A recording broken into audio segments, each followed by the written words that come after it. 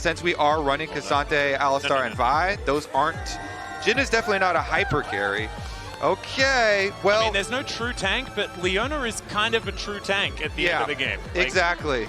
So Jhin has a lot of playmaking, and FlyQuest do have a lot of playmaking. They don't have a lot of damage for super later into the game, though, with the lane swap, with the 2v1s. Oh, Emperor's Divide does get the flash out of quad here. Nice little attempt from Honky. That means that another visit. This could be really dangerous, right? Because he's already behind. It could get even worse. The equalizer goes down just to clear out the wave, and that looks to be exactly what FlyQuest wanted, as Inspired is going to wrap his way around. Looks like CFO are going to get off this dragon as Teleport is going to bring Bwipo in. Junja actually just going to waste no time, flashes away, but Bwipo might be able to get on top of him. The ulti not going to work out because Bwipo ate the CC, and that is first blood over to Inspired here. FlyQuest on the board. As the turret plates fall, a 14-minute first blood is not exactly the earliest, but the fact that they get a second Drake is huge. They could teleport Quad to go answer the top wave as well. If they don't want to drop the top wave, send the Taliyah over there. As the flash out, Curtain Call comes on in as, Master's just going to be able to pick that one up because Bwipo is not scared of turrets. Like, everything is coming up FlyQuest here in this game so far, as Quad might be the first sign of it not quite working out. It's despite the flash, Honku still able to pick him up. The redemption comes down as well, as we do see picture-in-picture that it should still be this Rift Herald going down. So they will be able to collect that one, and that is also going to be some feats of strength almost gotten towards as well, as Busio could be in trouble. Level 7 here, so he does have the Unbreakable Will, but he is still taking a lot of damage. These Sand Soldiers, man, they are really hurting. Not quite enough to get the kill onto the cow through the ulti. This is a short story, though. Yeah, that's like a little picture book. Yeah, this is the first. This is like baby's first book. You know, like it's not quite the fiendish codexes. Okay, Driver could be in a little bit of trouble here as Quad throws a whole bunch of rocks into his back. The seismic shove connects, and I think Quad wanted to let us know that the book's pretty good. Actually, it's not too bad. The Corki goes anywhere near him, it could be problematic, but he hasn't bought in quite some time. As okay, Driver back in lane, maybe back in trouble again as Bwipo. We're going to try and take him down. There's the all-out. See whether Driver can actually survive this one. Deadly Flourish will be avoided. There's the Curtain Call as Driver desperately trying to get out of here, but I don't think he's going to be able to do so. The last bullet doesn't connect, but Bwipo does have a Q. Manages to take that one down. Meanwhile, on the other side of the map, because there were two that showed top, CFO have decided that it's time for Otacon, and then they decide it is too dangerous. Regardless, though, the best thing that this FlyQuest comp does is make picks on the map. CFO, though, they're starting back up the Otacon. Is this just gone? I mean, Honku does need to be there if they want to have the DPS, but things are very, very dark on this map right now. Busio is going to rotate his way down. CFO have all the information they need. This is just gone. And you were talking about the great experience crisis of the early game of this series. That might be mitigated as Doggo does get himself over the right side of the wall. Driver desperately wanted to do the same thing, but there's a little bit of brush, and FlyQuest realized that I think their only real option here is to try and push down mid. And then there's a really clever vision bamboozle that happened as the wall is going to come on down here. Kaiwing just flashes over the top. And it's going to be able to keep him safe, but that is a big investment as far as Summoner Spell.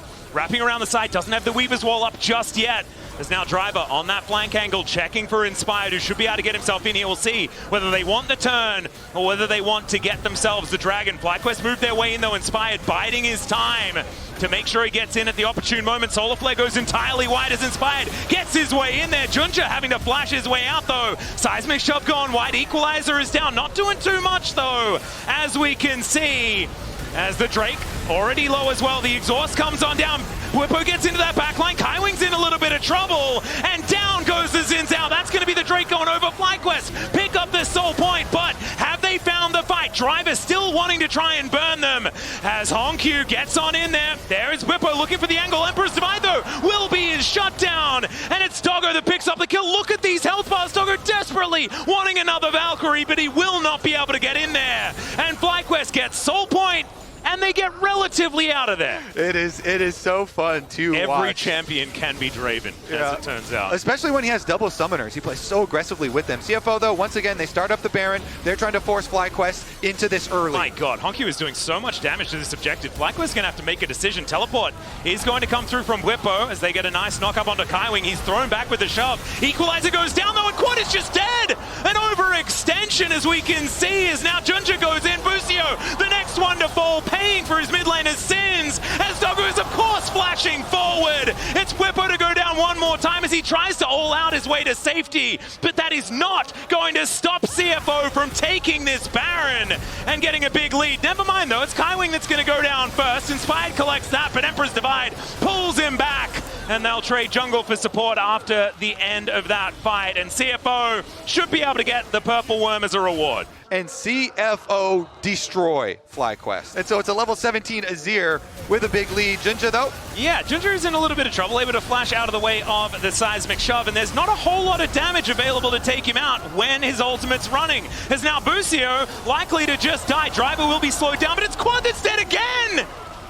Oh, it's a disaster for FlyQuest. It's into the backline, goes Inspired, but I just don't know whether that was a great idea, as Doggo is going to be able to take him down while he's trying to ult him into the sky.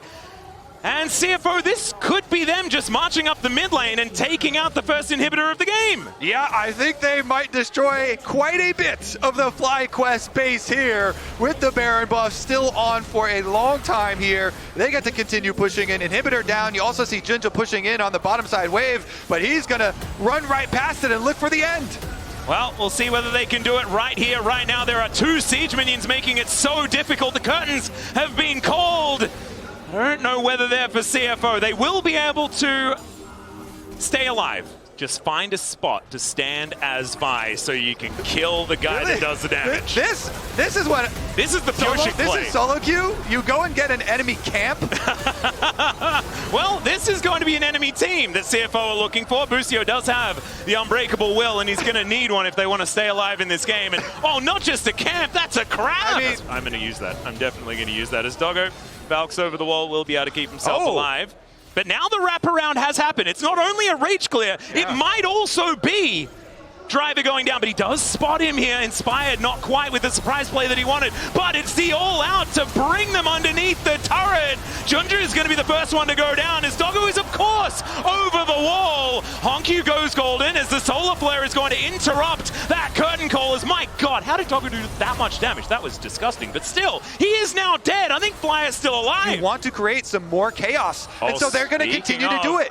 Yeah, Driver could be in a whole lot of trouble. The wall comes down. I don't think this Rumble is going to survive, and he doesn't think so either, as he ults the wave to make sure that he can at least get something. But these little picks, all of these dents in the tempo. Well, let's see about the teleport out. I say just keep on fighting. Well, that's exactly what they're going to do, as Junja, once again, potentially in trouble, does now have Honkyu and Kaiwing in the area. As a knockback from Buppo, there is another kidnap, like you said before, but it's going to be flashed this time. Blast Cone makes things problematic. Oh, the rocks go down. Honkyu, so much trouble, but still the damage is there because Doggo shows up. Massive amounts to come on through, but it's already 2 for FlyQuest. Doggo trying to survive against Whippo. He flashes over the wall and picks up a double, but Fly still able to win the fight, and it should be the Baron. Baron is alive. It is. Okay, Doggo's still alive, though. You have to respect Doggo. Driver is turning up as well, but I mean, Doggo's health bar is not exactly high. As Masu gets himself in there, it's looking like they're not going to go for this Baron, but FlyQuest, I mean, I was writing the obituary, man. Like, this is not what I was expecting this game to look like. You have to keep the chaos going. They want to keep the chaos rolling here, forcing and forcing. They're definitely going to turn off the Baron, but CFO are doing a good job. They're not taking the bait here very quickly. They know it takes FlyQuest way too long to do the Baron, so they're not running into it. Yeah, Weaver's Wall goes down. I mean, they left a control ward there, but the Equalizer is still going to do so much work, as the Baron, they're still on it. The spikes are really hurting.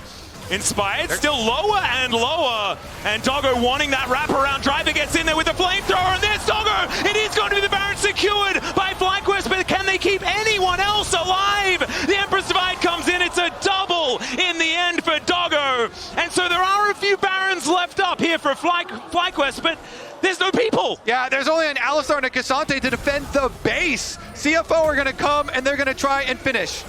All right, let's see whether they can make that one happen, as Honkyu shifts some sands to get himself towards Whippo, whose health bar is extraordinarily large. Driver looking for the flanking Busio, and Junja's going to catch him because he's walking up mid lane to get back to his team. He's holding the wave. It's the Marin strategy yet again, but I just don't know whether it's really going to work. So they have so much power here, but FlyQuest... Oh, Whippo going in. There's the wall as well. Quad, though, keeping himself relatively safe this time as Honkyu goes golden. Seismic shove is going to be avoided with the flash, but Whippo picks him up, but he's not going to be able to withstand divide. Into the backline goes Inspired. Busio's there. They need to kill Honkyu, and down he goes. Quad's getting flashed on though by drivers looking to burn down Matsu. Doggo's still alive as well, and the rest of CFO have dealt with the other onslaught on the other side of the fight. Down goes Inspired as Junja, with full health, is going to be able to make his way out. It is known to CFO, and they're not going to let him get away with it. Yeah, Doggo will be able to spot them out here. There is the Mountain Soul to come on in as Doggo walks on forward.